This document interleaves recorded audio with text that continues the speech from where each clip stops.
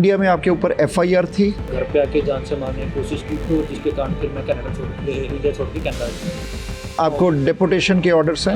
जी। आपने अपनी Toyota Camry किसी को दे दी यहाँ पे और वो आपकी गाड़ी को कहीं भी मिसयूज़ कर सकता है। आपको मालूम है क्राइम रेट क्या है?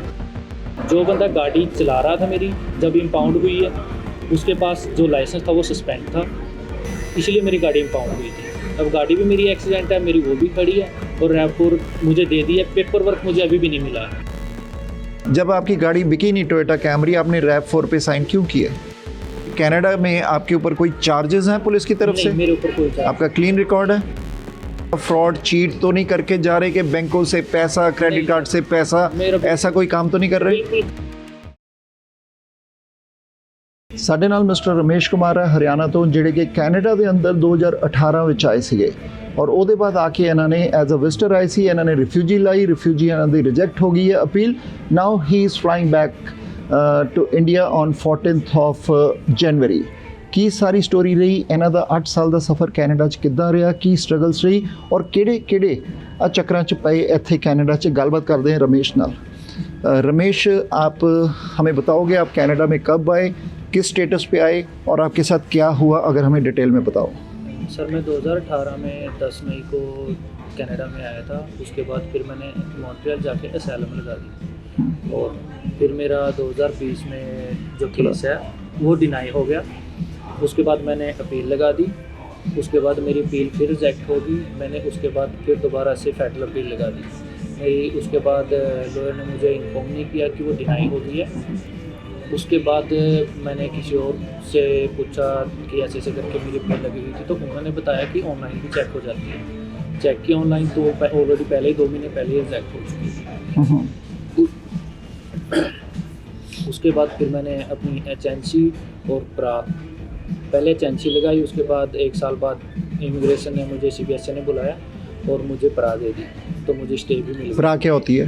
Pre risk removal assessment. Pre risk removal assessment, okay. मुझे अभी भी इंडिया में जाने का खतरा है क्योंकि उसके बीच में पुलिस बार बार घर पे आके धमकी दे रही थी और जिनके साथ मेरा झगड़ा था वो भी मुझे घर पे आके धमकी दे रहे थे। तो वो भी प्रूफ मैंने इमिग्रेशन को दिए, लेकिन इमिग्रेशन ने बोला कि अगर आपको इधर खतरा है तो आप बेंगलोर या मुंबई साइड जाके रह लीजिए कि आपको पूरे इंडिया में खतरा नहीं है। आप कनाडा में एज अ विजिटर आए? एज ए विजिटर आया था। और आके आपने रिफ्यूजी अप्लाई की? जी। और आपको वर्क परमिट मिला? जी। ओके। एंड इंडिया में आपके ऊपर एफआईआर थी? उस टाइम पे मेरे ऊपर एफआईआर नहीं थी, जिसके साथ मेरा झगड़ा हुआ था उनके ऊपर मैंने केस कर दिया था, लेकिन उन्होंने बार बार मुझे घर पे आके जान से मारने की कोशिश की, तो जिसके कारण फिर मैं कनाडा छोड़ के इंडिया छोड़ के कनाडा गया। ठीक है। अभी इंडिया में आपके ऊपर कितनी एफआईआर है? अभी इंडिया में मेरे ऊपर एक एफआईआर है। वो किस चीज़ की? वो किसी ने मेरे ऊपर फेक, जैसे कि मैं किसी से पैसे मांग रहा हूँ, तो उसकी एफआईआर की थी किसी ने। ओके। सो अभी कनाडा में आपका क्या स्टेटस है? अभी मेरा केस डिनाई हो गया अभी दिसंबर में। तो मुझे इमिग्रेशन सीबीएसई ने बोला कि आपकी एचएनसी अपील जो है वो स्टिल इन प्रोसेस है, जब भी आपकी अप्रूव होगी आप वापस आ सकते हो, लेकिन आपका जो प्रा है प्री रिस्क रिमूवल असेसमेंट वो आपका डिनाई हो चुका है, इसलिए आपको 14 जनवरी को यहाँ से वापस अपने। मतलब आपको डिपोटेशन के ऑर्डर्स हैं? जी। कौन से ऑर्डर्स मिले आपको? डेपुटेशन के ऑर्डर मिले हैं। ओके। कि आप अपने कहीं और जाके रह लीजिए, अगर आपको अपने साइड में खतरा की मुंबई जाके रह लीजिए, तो हम आपको 14 को डिपोर्ट कर रहे हैं। और इस बीच में अगर आपकी कभी भी एचएनसी ह्यूमैनिटेरियन अपील जो एक्सेप्ट हो जाती है तो आप अपनी फैमिली के साथ वापस आ सकते हो। ओके। सो अभी आपका क्या हुआ कि आप क्या काम कर रहे थे? बीइंग मैं एज ए ट्रक ड्राइवर था, तो ट्रक चला रहा था, तो उस बीच में मैंने सोचा कि अब वहाँ पे इतना इजी नहीं है, तो लॉयर से बात करी। उसने ये बोला था जब अपील कैंसिल होने से पहले, रिजेक्ट होने से पहले, कि हाँ भाई तेरी जो हमने प्रूफ दे रखे हैं अभी 101% येस है। तो मॉन्ट्रियल में थोड़ा फ्रेंच का इशू काफ़ी ज़्यादा बढ़ता चला गया। आप मॉन्ट्रियल में रह रहे थे? जी। तो इसलिए मैं ओंटारियो मूव होने की सोच रहा था। तो जब ओंटारियो के लिए मैंने यहाँ पे आया, लाइसेंस चेंज की रिक्वेस्ट डाली, तो उन्होंने बोला कि आपको एयर ब्रेक का दोबारा से देना पड़ेगा। तो मैंने जैसे ही लाइसेंस सबमिट किया तो मेरी जॉब चलेगी, क्योंकि जब एयर ब्रेक का नहीं है तो आप ट्रक नहीं चला सकते। तो मेरे पास कोई ऑप्शन नहीं था, तो मैंने सोचा कि मैं तब तक ऊबर चला लूँ और साथ के साथ अपना अमेज़ोन की डिलीवरी कर लूँ। तो मेरे पास सेडान कार थी 2025 टोयोटा कैमरी। तो मैंने मेरे अंकल के रेफरेंस से इंडिया मेरे अंकल से बात की, तो उनकी रेफरेंस पे मेरे यहाँ पे एक अंकल हैं, तो मैंने उनसे बात करी कि ऐसे करके कि मेरे भतीजे की जो है वो गाड़ी बिकवा दो आप कैमरी, और उनको एसयूवी दिलवा दो कोई भी अच्छी कंडीशन की, जिसमें वो अमेज़न की डिलीवरी भी कर सके और ऊबर भी चला सके, क्योंकि मैं पहले 2022 से पहले यहीं पे रहता था, तो मैं ऊबर चलाता था, ऊबर पैसेंजर। तो अंकल ने बोला ठीक है। तो यहाँ पे अंकल के रेफरेंस से एक रोहित कुमार है, जो वो लड़का मुझे मिला, तो मैंने उससे बात की, तो मैंने उन्होंने बोला कि मैं तेरी 1 वीक के अंदर टोयोटा कैमरी बिकवा देता हूँ और तुझे 2 से 3 दिन के अंदर मैं RAV4 गाड़ी दिलवा देता हूँ, SUV गाड़ी है। मैंने बोला ठीक है, बोला 4x4 है ना, तुझे विंटर में कोई प्रॉब्लम आएगी और तेरी डिलीवरी के लिए भी अच्छी रहेगी और तू उसमें ऊबर भी अच्छे से कर सकता है। मैंने बोला ठीक है। उस बीच में मैंने उससे जब दोबारा कांटेक्ट किया कि भाई मुझे कब तक गाड़ी मिल रही है, वो मुझे बार बार आगे डेट देता चला गया। उसके बीच में मेरी गाड़ी को पर्सनल यूज़ करता रहा, क्योंकि मैंने जब गाड़ी दी थी वो 10,500 चली हुई थी। आपने 2025 के जनवरी फरवरी में गाड़ी ली, फरवरी 2025 फरवरी में गाड़ी ली टोयोटा कैमरी, नई गाड़ी ली, न्यू मॉडल। कितने की थी गाड़ी? वो 42,000 कुछ की थी। मॉन्ट्रियल से ली? मॉन्ट्रियल से, टोयोटा से, टोयोटा कैमरी से ली। उसके बाद आपने दिसंबर 2025 में कहा कि आपने वो गाड़ी ट्रेड इन करके आपने SUV लेनी है क्योंकि आप ऊबर और बाकी काम कर सको। जी ठीक है। सो आप ओंटारियो के अंदर आप कुछ लोगों से मिले, जो रोहित से और नुमान से मिले। ओके, के रेफरेंस से फिर मैं नुमान को मिला। ठीक है। नुमान कौन है? नुमान जो कार ग्लोर ऑटो पे काम करता है। ओके, तो कार ग्लोर ऑटो कहाँ पे? ब्रैम्पटन में से? ब्रैम्पटन में। ओके, तो वहाँ पे जॉब करता है। तो उसने बोला कि आप मुझे गाड़ी की पिक्चर्स और डिटेल भेज दीजिए। तो मैंने भेज दी, मेरे पास प्रूफ भी उस चीज़ के। तो वो बोला कि मैं तेरी 2-4 दिन के अंदर ये गाड़ी निकलवा देता हूँ, तो कम से कम तेरा इसमें जो है लॉस होएगा, और जो तेरी गाड़ी है वो मैं निकलवा देता हूँ, जो RAV4 की आपसे बात हुई है। मैंने बोला ठीक है। तो आपकी टोयोटा कैमरी जो 2025 मॉडल वो लेके आपको ट्रेड इन करके आपको SUV नहीं दिला देते हैं? ओके, सेकंड हैंड दिला देते हैं। ठीक है, ताकि मुझे ज़्यादा नुकसान ना हो। ठीक है। तो मैंने बोला ठीक है। उसके बाद उन्होंने मुझे बुलाया और मुझे बोला कि यहाँ पे छोड़ जाइए, आप रेंटल कार ले जाइए। 6 दिसंबर को बुलाया और 7 दिसंबर को उन्होंने मुझे रेंटल कार दे दी, और रोहित ने मेरी उसके घर पे गाड़ी रख ली। और 7 दिसंबर को साथ में नुमान ने कार ग्लोर ऑटो पे मेरे से साइन करवा लिए पेपर कि आप डिटेल दे दीजिए, और कुछ वहाँ पे पेपर साइन करवाए। फिर उसने मुझे दोबारा से 11 को फिर बुलाया कि आप अपनी गाड़ी की RAV4 की डिलीवरी ले लीजिए। मैं ऑटोवा गया हुआ था, तो वहाँ से मैं किसी से लिफ्ट लेके यहाँ पे आया ब्रैम्पटन में। तो उन्होंने बोला कि आपको 12 को मिलेगी।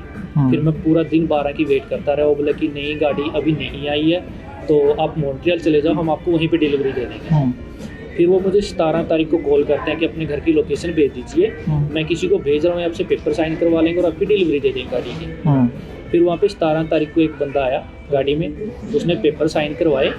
तो मैंने उससे बोला कि मुझे गाड़ी कब मिलेगी? बोला आप नुमान भाई से बात कर लीजिए। तो मुझे सिर्फ इतना बोला था कि पेपर साइन करवा लीजिए। मैंने बोला ठीक है। तो नुमान से जब बात की कि आप पेपर साइन कर दो, आपको मैं कल गाड़ी दे देता हूँ यहीं मॉन्ट्रियल में। उसके बाद वो बार बार लारे लगाता रहा। वापस फिर मैंने उसको कॉल की कि भाई कब मिलेगी? वो बोला कि आपकी गाड़ी सेल पे लगा रखी है, तो जैसे उसका प्राइस मुझे अच्छा मैच हो जाता है मैं आपको इमीडिएट गाड़ी। मैंने बोला कि मैंने जब पेपर साइन कर दिया तो मुझे वो तो गाड़ी तो कम से कम मैं अपना काम तो कर सकूँ।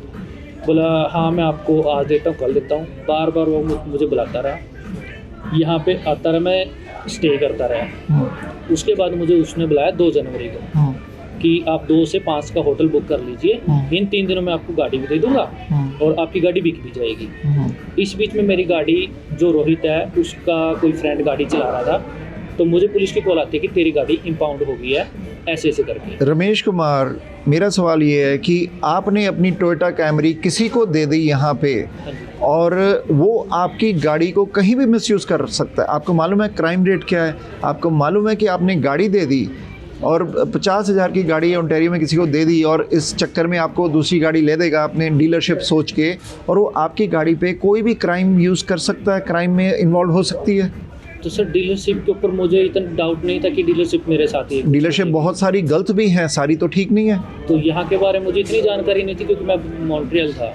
तो जब यहाँ पे आके देखा, जिस दिन मैंने गाड़ी फिर इम्पाउंड से रिलीज करवाई है कि मेरी गाड़ी एक्सीडेंट है, तो मैंने जब रोहित को बोला कि मेरी गाड़ी एक्सीडेंट है, वो बोला कि हमने हो गई थी थोड़ी एक्सीडेंट, तो अब इसके ऊपर क्लेम लिया हुआ है। मैंने बोला क्लेम कैसे लिया हुआ है, मेरा इंश्योरेंस है। बोला गाड़ी के अंदर पेपर थे, हम उस पर ले लिया। अब मेरी गाड़ी पे क्लेम है ना, वो कोई क्लेम नंबर दे रहे। जो बंदा गाड़ी चला रहा था मेरी जब इम्पाउंड हुई है, उसके पास जो लाइसेंस था वो सस्पेंड था, इसलिए मेरी गाड़ी इम्पाउंड हुई थी। अब गाड़ी भी मेरी एक्सीडेंट है, मेरी वो भी खड़ी है, और रैप4 मुझे दे दी है। पेपर वर्क मुझे अभी भी नहीं मिला है। तो आपने साइन किए रैप4 के लिए? रैप4 के बोला वो बैंक के पास गए हुए हैं, बैंक आपको भेजेगा। आपने साइन क्यों किए जब आपकी पहली गाड़ी बिकी नहीं है?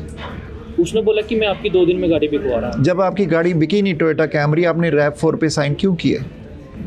इसलिए कि मेरे पास कोई जॉब नहीं थी, तो मुझे जॉब के लिए कि कम से कम मेरे यूज करने के लिए मेरे खर्चे तो निकले। आपकी टोयोटा कैमरी की किश्त जारी है? हाँ जी। कितनी जाती है? उसकी 378 समथिंग जा रही है, और उसका इंश्योरेंस भी जा रहा है। और उसके बाद रैप4 की किश्त कितनी जा रही है? 426। सो 2 गाड़ियों की आप किश्तें भर रहे हो। और अभी गाड़ी दी है मुझे 2 दिन पहले। तो आप 2 गाड़ियों की किश्तें भर रहे हो? एक गाड़ी ऑलरेडी आपकी है, एक गाड़ी उन्होंने आपको बेच दी है। ये अभी भर रहा हूँ, मेरे अकाउंट से प्रॉपर उनकी जो है इंस्टॉलमेंट जा रही है। हाँ। तो अभी और गाड़ी के पेपर मुझे अभी भी नहीं दिए उन्होंने बोला कि मंडे तक हम देंगे। कौन सी डीलरशिप है?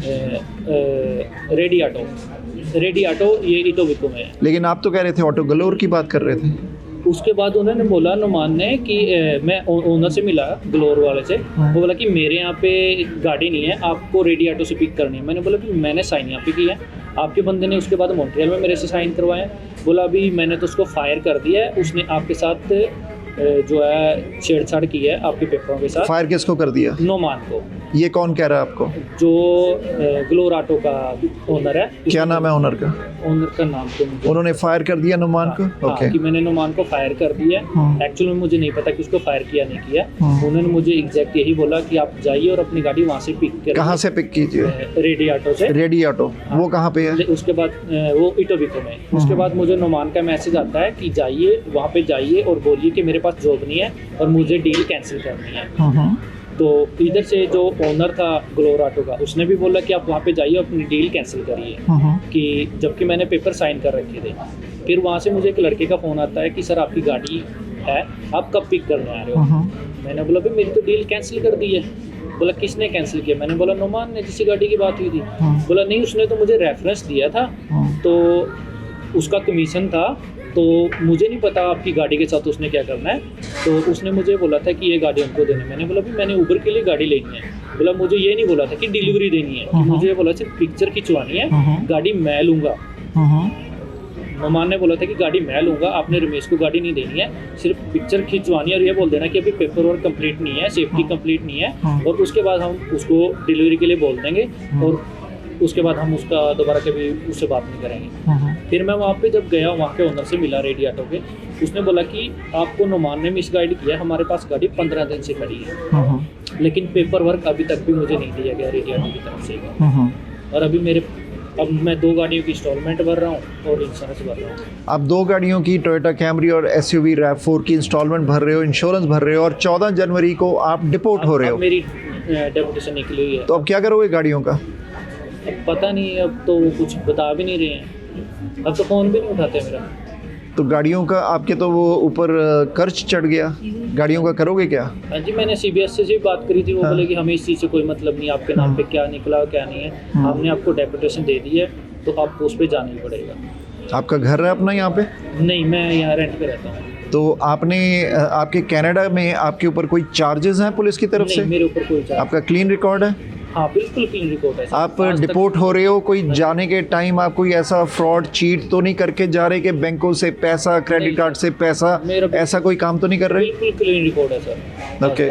सिर्फ मेरा रैकेट किसी के साथ मर्ज हुआ है, तो अदरवाइज मेरे साथ कोई वो नहीं है। तो लेकिन आपको बैंक की प्रॉब्लम के कारण है, स्कोशिया कारण, उन्होंने बोला कि जो इंडियन नेम है वो मोस्टली सिमिलर है, जिसकी वजह से आपका क्रेडिट मिसमैच हुआ है। मैंने इकोफैक्स को कॉल की थी, उन्होंने बोला कि जब तक आपका वैलिड वर्क परमिट नहीं आता, वैलिड सी नंबर नहीं आता, हम इसको ठीक नहीं कर सकते। आप ये सही कह रहे हो, कनाडा में आपके ऊपर कोई फ्रॉड, कोई चार्जेस, कोई पुलिस के चार्जेस नहीं है, कुछ नहीं है। तो 14 जनवरी को आप जा रहे हो वापस? कहीं गायब होने की कोशिश तो नहीं है? नहीं सर। सो मैंने टिकट तक बुक करवा के मैं कतरे से वापस जा रहा हूँ। ओके, सो कोई ऐसा फ्रॉड करके नहीं जा रहे? नहीं, मैं लेकिन आपकी गाड़ी जो टोयोटा कैमरी थी वो इन लोगों ने मिसयूज की, कोई और चला रहा था, उसके ऊपर हो सकता है क्राइम भी हुआ हो। आपने ये चेक किया पुलिस से? वो मैंने पुलिस से पूछा था, वो बोले कि हम आपको एफआईआर नंबर दे देते हैं, कि हमारे पास कोई कंप्लेंट नहीं है कि इस गाड़ी ने कुछ और किया हुआ है, सिर्फ ये है कि ये गाड़ी इम्पाउंड हुई है, आप ऑनलाइन डिटेल निकलवा सकते हो किस लिए इम्पाउंड हुई है। और लाइसेंस प्लेट किसकी थी गाड़ी पे? मेरी लाइसेंस प्लेट। तो वो लाइसेंस प्लेट कहाँ है? वो ऑलरेडी पुलिस ने वहाँ से उतार के और वो मिनिस्ट्री को सबमिट कर दी है। ओके, सो आपने मिनिस्ट्री से ट्राई किया कुछ? मैं दोबारा फिर मॉन्ट्रियल में साक के पास गया कि ऐसे करके मेरी गाड़ी इम्पाउंड हो गई थी और उसकी जो लाइसेंस प्लेट है वो सबमिट कर दी थी, और मेरी गाड़ी के ऊपर क्लेम ओपन है अकॉर्डिंग टू रोहित, इसलिए कि मेरी गाड़ी ओंटारियो में मूव नहीं हो सकती क्योंकि इंश्योरेंस चेंज नहीं होगा जब तक क्लेम फिनिश नहीं होगा, तो मुझे लाइसेंस प्लेट चाहिए। तो फिर मैं वहाँ रिक्वेस्ट डाली तो उन्होंने मुझे दोबारा से टेम्परेरी लाइसेंस प्लेट इशू की है। सो इंडिया में आप कहाँ से हो? मैं हरियाणा से। कहाँ पे? कैथल से। सो आपको ये है कि आप 14 जनवरी को जा रहे हो, सो आपकी गाड़ियाँ यहाँ पे है, आपकी आईडीज, आपका सब कुछ, जिनके आपने नाम लिए उनके पास सब कुछ है? उनके पास मेरा सब कुछ है। तो कहीं मिसयूज हो सकती है वो चीज़ें? हाँ, क्योंकि उन्होंने मेरी बिना जानकारी के मेरा जब वो लाइसेंस इंश्योरेंस ओपन करवा सकते हैं, क्लेम ओपन करवा सकते हैं, तो कहीं और भी मिसयूज कर सकते हैं। आपको लगता है आपकी आईडीज के ऊपर फ्रॉड भी हो सकता है यहाँ पे? जी, आजकल कनाडा में आम बात चली हुई है, तो इसलिए मुझे इस चीज़ का डाउट है, इसलिए मैंने आपको रीच किया है कि कम से कम कल को मैं अपनी बात रख पाऊँ, अगर कल इन केस मैं कभी वापस कनाडा में आऊँ। आपने पुलिस को इन्फॉर्म किया कि आप जा रहे हो, डिपोर्ट हो रहे हो, तो आपकी जो आईडीज़ हैं उन लोगों के पास आपने नाम दिए पुलिस को? नहीं, अभी तक नहीं दिए, क्योंकि मुझे इसके बारे में प्रॉपर जानकारी नहीं थी, तो मुझे अभी लॉयर की एडवाइस ली थी, तो उन्होंने बोला कि आप एक बार अपने जो लोकल लैंग्वेज है उसके किसी न्यूज़ चैनल को आप इंटरव्यू दीजिए, और तब तक मैं आपके पेपर वर्क रेडी करता हूँ और हम वो पुलिस में भी सबमिट करेंगे। इन केस बाद में आपके साथ कोई फ्रॉड होता है तो हम वो चीज़ सामने रख सके कि भाई हमारा जो क्लाइंट है इतनी तारीख को जा चुका था और उसने ऐसा कुछ नहीं किया हुआ जो यहाँ पे हो चुका है। जब 2018 में आप कनाडा आए, उसके बाद रिफ्यूजी स्टेटस आपने लगाया यहाँ पे, आपकी फ़ाइल डिनाई हुई, सो उस टाइम जो आपने वकील किया उसको रिफ्यूजी लगाने के कितने पैसे दिए आपने? शुरू में वकील को $4,500 $4,500? जी। ओके। उसके बाद जो अपील लगाई फिर उसको $2,500 दिए, अगली अपील के लिए फिर $2,500 दिए, फिर मेरी फेडरल कोर्ट में हियरिंग आ गई, तो वहाँ भी मुझे मारिया एस्पोसिटो है, उन्होंने मिसगाइड किया और मुझे हियरिंग में प्रेजेंट होने से रोक दिया, जबकि मेरे पास भी ईमेल आई हुई थी, मैं उसको ज्वाइन कर सकता था। उसने बोला कि आपको डिपोर्ट कर दिया जाएगा अगर आप इसको ज्वाइन करते हैं। रिफ्यूजी के लिए टोटल कितना पैसा स्पेंड किया वकीलों पे? तकरीबन $40,000 से $45,000। 40 से 45,000 रिफ्यूजी के लिए आपने वकीलों को दिया? जी। कितना कैश दिया और कितना आपने चेक पे दिया? इसमें मोस्टली कैश ही। $40-45,000 कैश? क्योंकि वो हर बार यही बोलते थे कि हम ट्रांसफ़र नहीं लेंगे, हम कैश ही लेंगे। ये वकील लॉयर की इमिग्रेशन कंसल्टेंट? लॉयर जी। कहाँ पे? मॉन्ट्रियल में? मॉन्ट्रियल में। 40-45,000 कैश आपने लॉयर को दिया? क्योंकि बार बार मैंने लॉयर चेंज करने पड़े, क्योंकि बीच में 2 लॉयरों ने तो सीधा बोल दिया 2-2 महीने फाइल प्रोसेस करके कि हमारे पास टाइम नहीं है इन फाइलों के लिए, ये बहुत लॉन्ग लास्टिंग फाइल है, हमारे पास इतना टाइम नहीं है तो हम इसको प्रोसेस नहीं कर सकते, अपना लॉयर चेंज कर लीजिए। तो आप दोबारा मैं पूछ रहा हूँ, आपने $40-45,000 कैश दिया मॉन्ट्रियल के अंदर लॉयर्स को अपनी रिफ्यूजी की जो फाइलें फर्दर प्रोसेस करने के लिए? जी। इसमें आपने कोई ऑनलाइन ट्रांसफ़र कुछ नहीं किया 45,000 में? मेरे ख्याल से $10,000 से $12,000 ही मैंने ऑनलाइन ट्रांसफ़र किया। सो 10 से 12 ऑनलाइन, बाकी सारा आपने कैश? ओके। और कैश की कोई रसीद दी उन्होंने? नहीं, उन्होंने कोई रसीद नहीं दी। आप वो लॉयर्स की लिस्ट भी हमें दे सकते हैं, किस किस लॉयर को आपने कितना कितना कैश दिया?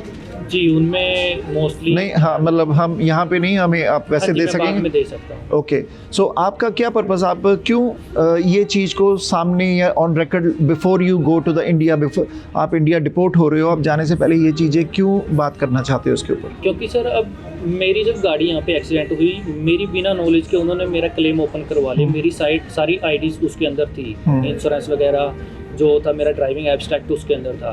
तो मेरे जाने के बाद भी वो मेरी आईडी थेफ्ट करके कुछ भी कोई लोन भी निकलवा सकते हैं या कोई क्रेडिट कार्ड ओपन करवा सकते हैं। तो जब मेरे यहाँ रहते वो कर सकते हैं, तो मेरे जाने के बाद तो मुझे कुछ भी नहीं पता कि वो क्या करेंगे क्या नहीं करेंगे। ठीक है। इसलिए मेरा आपसे बात करना ज़रूरी था, और मैं लॉयर से भी, मेरी कल मीटिंग है तो मैं कल लॉयर से भी मिल रहा हूँ। तो 14 जनवरी को आप पक्का जा रहे हो? जी, 14 को मेरी नाइट में फ़्लाइट है, नाइट को 8:40। तो आपकी टिकट किसने करा के दी है? मेरी सिस्टर। अच्छा, CBSE ने नहीं कराई आपकी टिकट? नहीं, CBSE ने ऑप्शन दिया था कि आप खुद करवाना चाहते हो या हम करवाएं। मैंने बोला कि मेरे पास पैसे हैं तो मैं खुद पे करूँगा। तो अपने अकाउंट बैंक सब यहाँ पे बंद करके जा रहे हो? जी, अभी तक मैंने बंद नहीं किया। हाँ। तो मुझे बोला था CBSE ने कि आप एंड तक जो है आप बंद नहीं करेंगे। तो अभी 10 जनवरी के बाद ही आप अपने जो है अकाउंट्स हैं वो क्लोज करिएगा। ठीक है। कि अपना तब तक जो पैसा आप विड्रा कर लीजिए, उसके बाद आप जा सकते हैं। यहाँ पे आने से, कनाडा आने से पहले इंडिया में क्या काम करते थे आप? जी, मैं खेती करता था। खेती करते थे? जी। फार्मर थे, किसान थे? जी। और अब जाके क्या करोगे? अब तो पता नहीं, क्योंकि अभी तो खेती करोगे? कुछ नहीं पता, क्योंकि वहाँ पे अभी तो मेरे ऊपर FIR भी है, तो मेरा वहाँ पे रहना भी सेफ नहीं है मेरे एरिया में। तो किसी दूसरे एरिया में जाके देखता हूँ, अगर कहीं पे रहने के लिए कुछ जगह मिली तो वहाँ पे जाके देखना पड़ेगा कि क्या कर सकता हूँ। ਤੁਸੀਂ ਇੰਡੀਆ ਜਾਣ ਤੋਂ ਪਹਿਲੇ ਕੁਝ ਹੋਰ ਕਹਿਣਾ ਚਾਹੁੰਦੇ ਹੋ ਆਪਣੀ ਇਸ ਜਿਹੜੀ ਸਟੋਰੀ 'ਚ? हाँ जी, मैं जदों मिला था मेरे फैमिली फ्रेंड के थ्रू, तो उन्होंने ही मुझे जो है ग्लोर ऑटो वालों का नंबर दिया था कि आप वहाँ पे जाइए, वहाँ आपकी गाड़ी ट्रेड इन भी हो जाएगी और आपको गाड़ी मिल भी जाएगी। तो फिर वहाँ पे मैंने उस टाइम पे जो है नज़म उल हुसैन ओनर का नाम है। कौन है नज़म? जो ग्लोर ऑटो का ओनर है। क्या नाम है? नज़म उल हुसनैन, ये नाम है उनका। तो उनसे तब मिला था, उन्होंने प्रॉमिस किया था कि हाँ भी ठीक है, हम आपका विद इन वीक आपको गाड़ी भी दे देंगे, जो है SUV, और आपकी गाड़ी भी खुआ भी देंगे, ट्रेड इन कर देंगे। मैंने बोला ठीक है। उसके बाद से वो मुझे कभी दोबारा मिले नहीं। बार बार जब कॉल करता तो कॉल भी नहीं उठाते। वहाँ पे सिर्फ नोमान मिला मुझे, राहुल और रोहित मिले।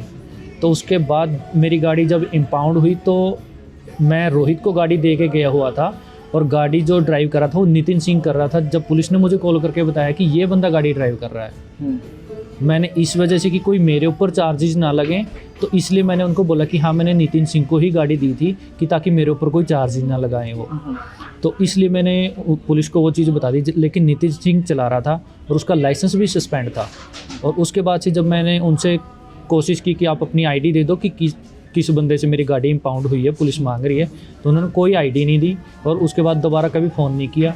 और जो रेंटल कार था उसका भी रोहित ने बोला था कि हमारी वजह से गाड़ी इम्पाउंड हुई है, हम आपकी रेंटल कार का पे करेंगे, वो भी नहीं पे किया। वो भी मेरा $2,237 मैंने अपनी जेब से पे किया है मेरे कार्ड से, वो भी मेरे पास प्रूफ है। उसके अलावा जो मेरी गाड़ी जहाँ पे टो होकर गई थी इम्पाउंड होने के बाद, उसका भी $627 मैंने अपनी जेब से पे किया है। वो भी देने से वो जवाब देंगे कि हम नहीं वो करेंगे, इंश्योरेंस से अपना क्लेम करवा लेना। और जब मैंने गाड़ी छुड़वा ली उसके बाद वो लोग कॉल करके कहते हैं कि अब हमारा आपसे कोई लेना देना नहीं है, आपको अपनी गाड़ी मिल गई है, अपनी ठीक करवाइए, क्या करवाइए, बेचिए, हमें कोई मतलब नहीं है। उसके बाद फिर मैंने जो गाड़ी ली थी रेडी ऑटो वालों से, उनके पास गया, उनसे बात करके मैंने गाड़ी ली कि मुझे ये गाड़ी चाहिए। तब उन्होंने बोला कि ठीक है आप ले लीजिए, लेकिन नोमान ने बोला कि आप जाके डील कैंसिल करवाइए। ठीक है।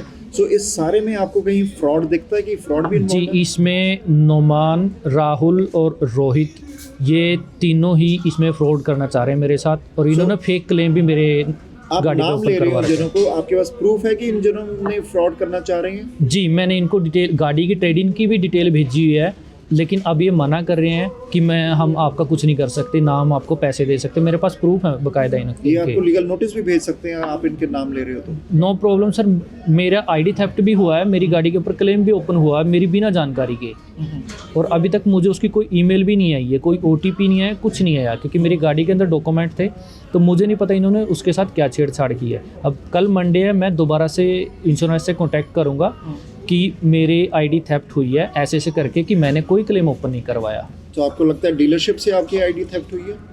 101%, क्योंकि मेरी गाड़ी मैं डीलरशिप पे दे के गया था। वहाँ पे रोहित और नुमान वहीं पे थे जब मैं गाड़ी दे के गया हूँ, और साथ में राहुल था जब मैं गाड़ी दे के गया हूँ। तो गाड़ी के अंदर मेरे पेपर थे, क्योंकि मैंने कुछ समय पहले ही मेरा ड्राइविंग एब्स्ट्रैक्ट निकलवाया था, तो वो उसके अंदर था। तो उसके ऊपर मेरी पूरी डिटेल थी, मेरा नाम, डेट ऑफ बर्थ, एड्रेस, गाड़ी की डिटेल, ओनरशिप, इंश्योरेंस सारे मेरे गाड़ी के अंदर थे। तो उन्होंने बोला था जैसे ही आप गाड़ी आपकी सेल होती है हम आपको आपके डॉक्यूमेंट्स वापस रिटर्न कर देंगे।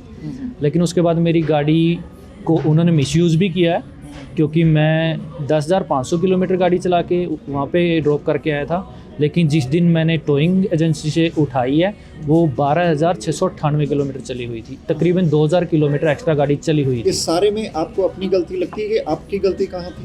कहीं ना कहीं कि मैंने ब्लाइंड ट्रस्ट की है उन लोगों के ऊपर कि किन लोगों पे?